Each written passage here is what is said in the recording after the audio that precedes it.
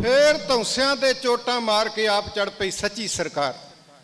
नीला नचदा मैदान वल्ले जावदा, पवे झांजरां दी फेर छणकार। न्यो न्यो चुमदी म्यान रकाब नूं, पवे उछल उछल तलवार। तंदी चढ़ी जदों कस के हजूर ने, जागे नाग जीभा रह सी सवार।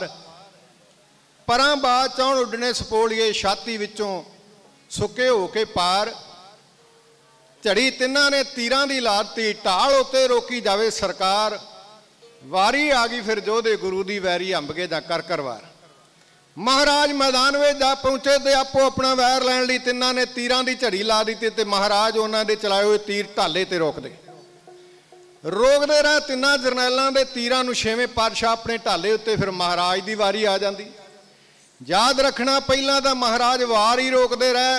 हरगोबिंदपुरे दे मैदान विच महाराज ने केवल 3 तीर चलाए ने, 3 ते तिन्ने तीर टिकाणे ते लगे। तिन्हां दा वार खाली नहीं गया। किदी किदी कजा सामने आई, किदी किदी मौत दे कारण बने हो तीर। सोहणियां दे सुल्तान सच्चे पातशाह महाराज दी वारी आ जांदी है।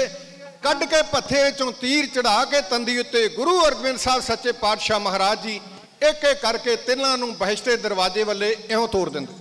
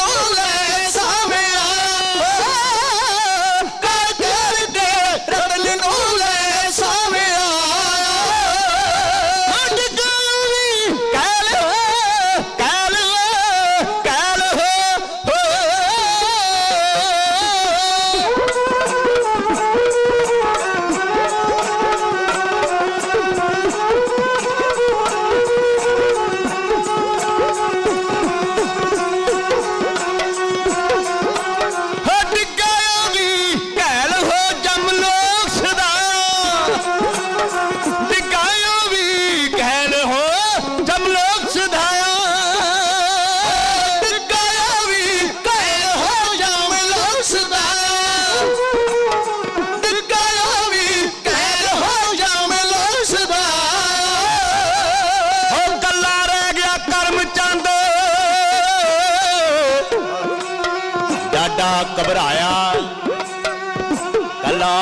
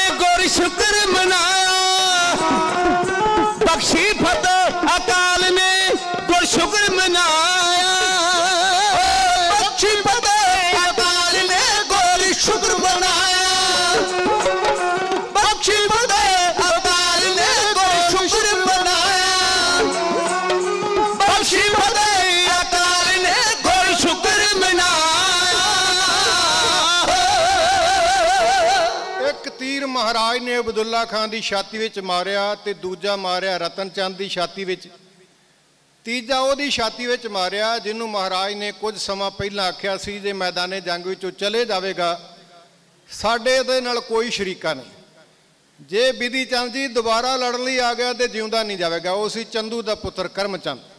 तीजा तीर महाराज ने ओदी छाती में मारिया तो फिर की होया बख्शी फतेह अकाल ने गुर शुक्र मनाया। चित हुई महाराज की अकाल पुरख का शुकराना किया गया। सिखां का अंतिम संस्कार कर दिता गया तो दुश्मन की 15,000 फौज विचों कोई टावां टावां बचिया।